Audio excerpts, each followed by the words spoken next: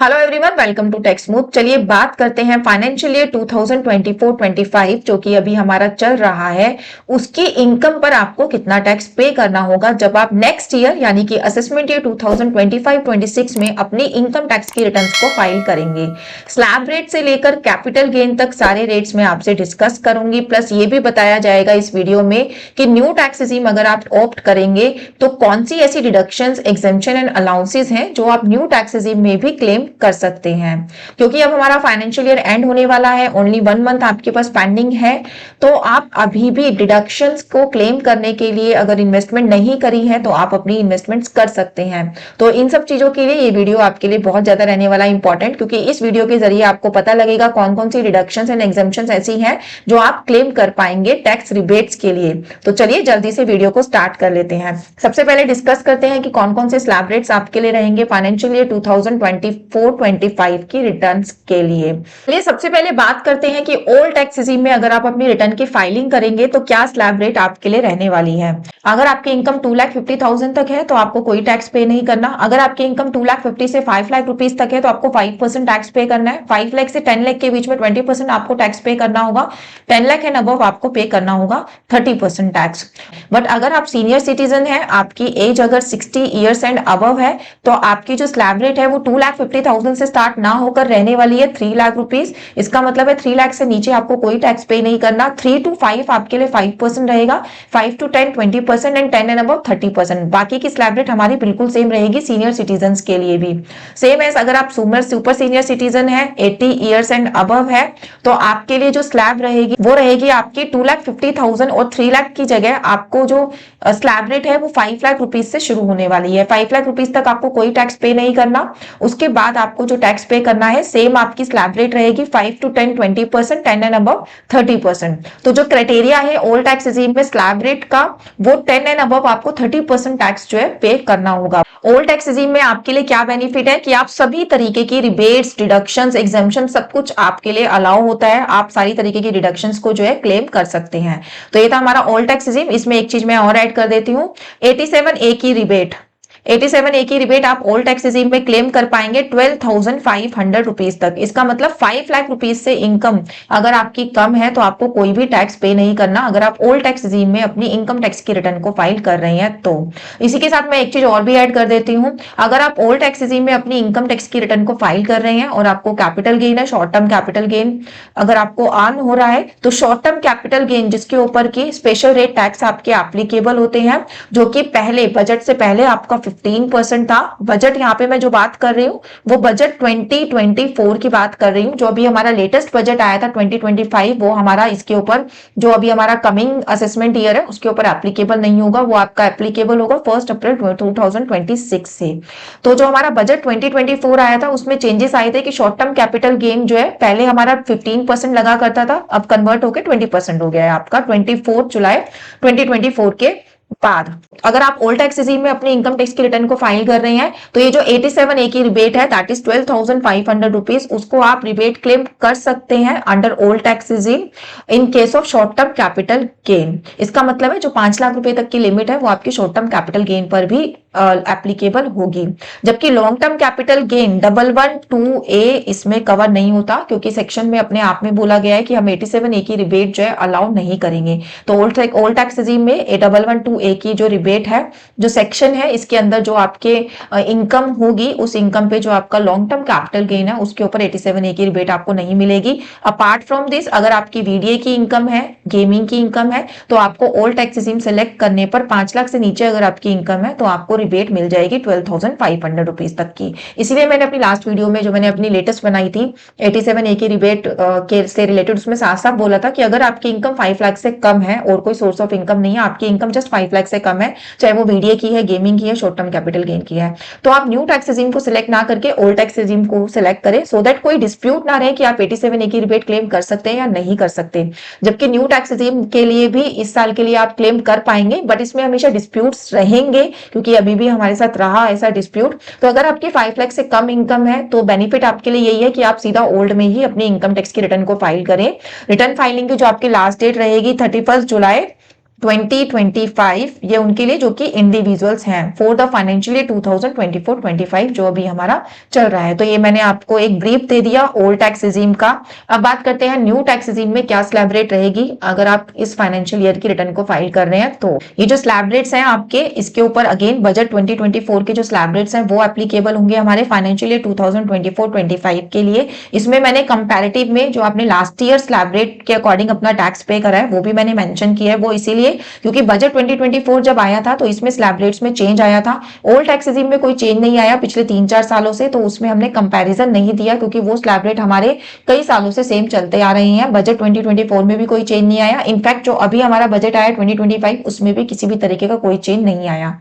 अगर आप new tax regime select करेंगे अपनी इनकम टैक्स की रिटर्न फाइलिंग के लिए तो आपको मिलने वाली है ये स्लैब रेट। इस स्लैब रेट के अकॉर्डिंग आपको अपने टैक्स पे करना होगा। इन स्लैब रेट्स के अकॉर्डिंग 3 लाख रुपए तक आपको कोई टैक्स नहीं पे करना। 3 to 7 के बीच में आपको पे करना है 5% टैक्स।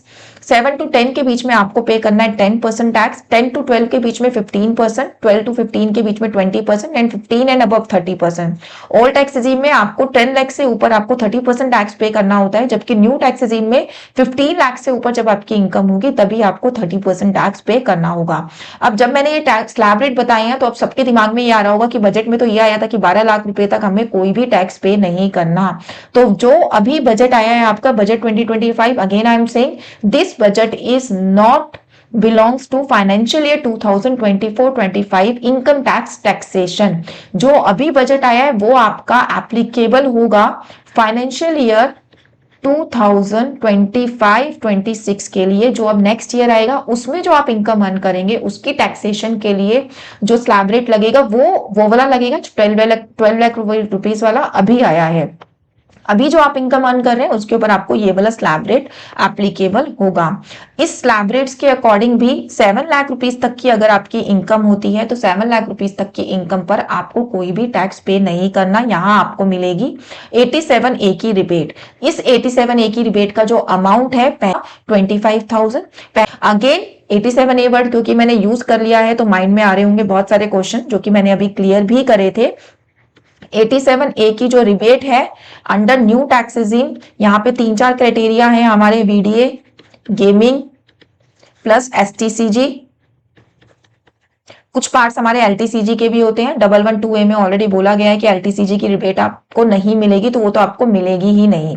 अब है कि 87A की रिबेट फाइनेंशियल ईयर 2024-25 में आपको मिल जानी चाहिए न्यू टैक्स रिजीम में। मैं यहाँ पे बार बार बोल रही हूँ मिल जानी चाहिए, मैं यहाँ पे क्लियर नहीं बोल रही कि मिलेगी ही मिलेगी, क्योंकि बजट 2025 में जब इस स्लैब रेट में चेंज किया गया था, दोबारा इसको 7 लाख से 12 लाख तक एग्जेम्प्ट कर दिया गया था, तो उसमें एक लाइन यूज की गई थी कि 87A की रिबेट जो है स्पेशल रेट टैक्स इनकम पे नहीं मिलेगी। तो उसमें जब ये लाइन बोली गई तो हमने अगर उसको नेगेटिवली अगर हम उसको लाइन को पढ़े तो उसका मतलब है कि फाइनेंशियल ईयर 2024-25 में आपको मिलेगी, 25-26 में आपको नहीं मिलेगी। तो अभी तक का व्यू ये है कि अगर आप रिटर्न भरेंगे अभी फाइनेंशियल ईयर 2024-25 की तो 87A की रिबेट आपको न्यू टैक्स रिजीम में मिल जानी चाहिए, जब तक कि कोई फर्दर इसके ऊपर क्लैरिटी नहीं आती। अभी तक का सिनेरियो हमारा यही है। लेकिन अगर आपके 5 लाख से नीचे की इनकम है तो आप न्यू में ना भर के ओल्ड में ही अपनी रिटर्न को फाइल करें, सो दैट कोई आपको डिबेट इसमें फ्यूचर में जाके कोई फेस करनी ही ना पड़े। तो ये थे हमारे slab rate new tax regime के अकॉर्डिंग। ये हमारे सारे पुराने स्लैब रेट्स थे जिसके अकॉर्डिंग आप टैक्स ऑलरेडी पे कर चुके हैं।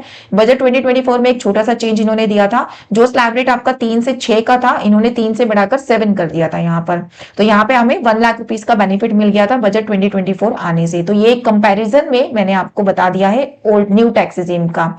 अब बात करते हैं कि कौन कौन सी ऐसी डिडक्शंस हैं जो आप न्यू टैक्स रिजीम में भी क्लेम कर सकते हैं। ओल्ड टैक्स रिजीम पे तो हम बहुत टाइम से रिटर्न्स को फाइल करते आ रहे हैं। एवरीबॉडी नोज कि ATC की रिडक्शन मिलती है, ATD की मिलती है, ATG की मिलती है। इवन जितनी भी तरीके की रिडक्शन हमारे इनकम टैक्स एक्ट में है, अलाउंसेस है, एग्जेम्पशंस है, वो सब आप ओल्ड टैक्स रिजीम में तो अवेल कर ही सकते हैं अगर आपने उसके अकॉर्डिंग इन्वेस्टमेंट्स करी हुई है। तो प्रॉब्लम हमारी फेस होती है न्यू टैक्स रिजीम में कि मैं रिटर्न तो अब न्यू टैक्स रिजीम में भरना चाहती हूँ क्योंकि मेरे को बहुत अच्छा slab rate new tax regime में मिल रहा है, बट वहां पर हमें लॉस क्या होता है कि मेरे को कोई भी डिडक्शन नहीं मिलती, एग्जेम्पशंस नहीं मिलती, अलाउंसेस नहीं मिलती। तो अब बात करते हैं कि कौन कौन सी ऐसी डिडक्शंस एंड अलाउंसेस हैं जो आप न्यू टैक्स रिजीम में भी क्लेम कर सकते हैं, सो दैट टाइम रहते आप 2024-25 की टैक्स प्लानिंग कर पाए। स्क्रीन पे मैंने कुछ अलाउंसेस एंड डिडक्शंस आपके लिए बना के रखी है, वो एक बार डिस्कस कर लेते हैं।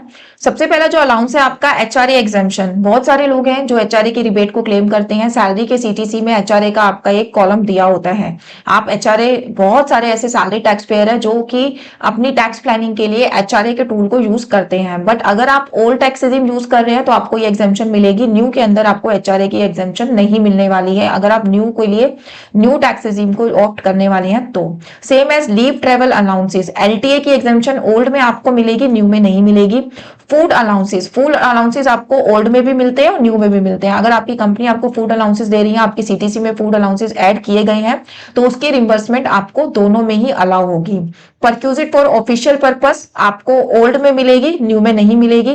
प्रोफेशनल टैक्स ओल्ड में मिलेगी, न्यू में ये रिबेट नहीं मिलेगी। ग्रेजुटी एंड रिटायरमेंट बेनिफिट यानी कि आपका gratuity, leave encashment, VRS, pension, ये सारी रिबेट्स आपको न्यू में तो मिलती ही थी, इसके अलावा ये आपको ओल्ड में भी मिलेगी। तो इसका मतलब अगर आप रिटायर हो रहे हैं, तो अगर आप ये सोच रहे हैं कि मुझे ओल्ड टैक्स रेजिम सेलेक्ट करना चाहिए क्योंकि मुझे सारे ये बेनिफिट्स मिल जाएंगे, तो इसके लिए आपको वरी होने की जरूरत नहीं है। न्यू में भी आपको मिलेंगे रिटायरमेंट बेनिफिट्स की rebate.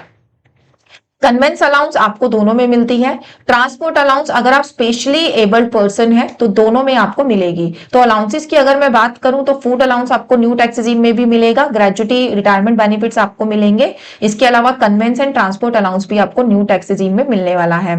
Same age home loan भी बहुत सारे टैक्स पेयर्स का होता है, उस पे जो आप इंटरेस्ट पे कर रहे हैं सेल्फ ऑक्यूपाइड प्रॉपर्टी के लिए, तो आपको न्यू में तो उसका रिबेट नहीं मिलने वाला है, ओल्ड में आपको जैसा कि मिलता है वो आपको मिलता रहेगा। अगर आपने वही प्रॉपर्टी लेट आउट करी हुई है, आगे रेंट पे दी हुई है, रेंट इनकम आपको रिसीव हो रही है, तो रेंटल इनकम में भी से भी हम जो डिडक्शंस हैं वो क्लेम कर सकते हैं, जो भी हम लोन की रीपेमेंट कर रहे हैं इंटरेस्ट की उसको माइनस करके। तो ये आपको न्यू में भी मिलेगी और ओल्ड में भी मिलेगी। इसको हम टैक्स प्लानिंग के लिए भी यूज कर सकते हैं। अगर आप as an old tax new tax regime को अपनी टैक्स अगर आप न्यू टैक्स रेजिम को अपनी इनकम टैक्स रिटर्न फाइलिंग के लिए चूज करने वाले हैं, तो आप ये दिखा सकते हैं कि आपने प्रॉपर्टी रेंट आउट करी हुई है, उसमें रेंटल इनकम दिखाइए, सो दैट आप अपना जो प्रॉपर्टी का जो लोन का इंटरेस्ट है वो आप क्लेम कर पाए। डिडक्शंस की अगर मैं बात करूं तो एटीसी 1.5 लाख की डिडक्शन आपको ओल्ड में मिलती है, न्यू में आपको नहीं मिलती है। एटीसीसीडी 1B जो एनपीएस का कंट्रीब्यूशन होता है वो आपको ओल्ड में मिलेगा, न्यू टैक्स रेजिम में नहीं मिलेगा। एटीसीसीडी 2 आपका जो एम्प्लॉयर कंट्रीब्यूशन है, अगर आपका एम्प्लॉयर भी एनपीएस में कंट्रीब्यूट कर रहा है आपके लिए, तो उसमें की रिबेट पहले 10% होती थी, 14% सिर्फ गवर्नमेंट एम्प्लॉयज के लिए होती थी, अब सबके लिए 14% कर दी गई थी। तो ये आपको दोनों ही टैक्स रेजिम में मिलने वाली है। तो ये आपके लिए इंपॉर्टेंट पॉइंट है टैक्स प्लानिंग के लिए कि अगर आप न्यू टैक्स रेजिम में अपनी रिटर्न को भरना चाहते हैं तो आप अपने एम्प्लॉयर को कह के अपना सीटीसी इस तरीके से ड्राफ्ट करा सकते हैं कि एम्प्लॉयर का कंट्रीब्यूशन भी एनपीएस में रहे, सो दैट आप उसका क्लेम ले पाए। एटीडी मेडिकल ओल्ड में होता है, न्यू में नहीं होता है। Again ATU, ATE, ATG. ATU आपकी स्पेशली एनेबल्ड पर्सन, आपका एजुकेशन लोन है, आपकी कोई डोनेशन है, तो वो आपको ओल्ड टैक्स रेजिम में रिडक्शन मिलेगी, न्यू में नहीं मिलेगी। अग्निवीर कॉर्पस फंड, इसकी रिबेट आपको दोनों ही में ही मिलती है, चाहे वो ओल्ड टैक्स रेजिम है या फिर न्यू टैक्स रेजिम है। Family pension income, family pension अगर आपको आ रही है तो उसकी भी एक रिबेट होती है, स्टैंडर्ड डिडक्शन होती है, जिसमें 15,000 या 1/3 विचएवर इज लोअर का कॉन्सेप्ट होता है, तो वो आपको ओल्ड और न्यू दोनों में मिलेगी। और न्यू के लिए एक चेंज आया था बजट 2024 में कि आपको 15,000 तक ही नहीं 25,000 तक की भी आप रिबेट क्लेम कर सकते हैं फैमिली पेंशन में in case of new tax regime. तो ये एक आपके लिए इंपॉर्टेंट पॉइंट है। अगेन आ जाते हैं कैपिटल गेन्स पे। कैपिटल गेन में यहाँ पे इसलिए डिस्कस कर रहे हैं क्योंकि बजट 2024 में इनके रेट्स चेंज हुए थे। तो एक थोड़ा सा आपको समराइज वे में बता देती हूँ कि अगर आपका शॉर्ट टर्म कैपिटल गेन है कुछ फाइनेंशियल ईयर 2024-25 में, तो पहले शॉर्ट टर्म कैपिटल गेन पे 15% आपको टैक्स देना पड़ता था, अब वो लिमिट बढ़ाकर कर दी गई है 20%। अब इस साल की में जो भी आपका शॉर्ट टर्म कैपिटल गेन होगा उस पे आपको 20% टैक्स देना होगा। Same as long term capital gain की जो टैक्सेशन लिमिट थी पहले, वो थी आपकी 10% विदाउट इंडेक्सेशन, 20% विद इंडेक्सेशन। इस लिमिट को बढ़ाकर या इस रेट को चेंज कर सबके लिए कर दिया गया है 12.5%। अब आपको लॉन्ग टर्म कैपिटल गेन पे 12.5% टैक्स देना होगा। इसकी भी फर्दर कुछ क्लैरिटीज आई थी कि अगर आपकी प्रॉपर्टी पहले की परचेज है 22 जुलाई 24 से पहले की, तो आपके पास ऑप्शन है कि आप पहले वाला 10% विद इंडेक्सेशन ले सकते हैं या फिर बाद वाला 12.5% विदाउट इंडेक्सेशन। अगर आपका प्रॉपर्टी तो जो ये 12.5% का रेट है वो विदाउट इंडेक्सेशन है सभी तरीके के लॉन्ग टर्म कैपिटल गेन्स पर। इसी के साथ ही टाइम पीरियड में भी चेंजेस लाए थे। ये 12 मंथ्स हो गया था short term capital short term capital gain के लिए 12 मंथ से ज्यादा हो गया आपका सारा लॉन्ग टर्म कैपिटल गेन्स। और जो आपकी एग्जाम्पशन लिमिट है शॉर्ट टर्म कैपिटल गेन में पहले 1 लाख की थी, इस फाइनेंशियल ईयर के लिए 2024-25 के लिए आपको एग्जाम्पशन मिलने वाली है 1.25 लाख की। तो ये थी जो छोटी छोटी मेजर अमेंडमेंट्स थी जो बजट 2024 में आई थी, जो अब एप्लीकेबल होगी इस साल की रिटर्न्स के लिए। मैंने एक आपको दोबारा से ब्रीफ दिया है क्योंकि फाइनेंशियल ईयर हमारा एंड होने वाला है। हो सकता है मेरी वीडियो आपको टैक्स प्लानिंग में हेल्प कर जाए लास्ट के 1 मंथ में। इसी तरीके की इंटरेस्टिंग और नॉलेजेबल वीडियोस के लिए टैक्स स्मूथ को सब्सक्राइब करना ना भूलिएगा। Thank you so much.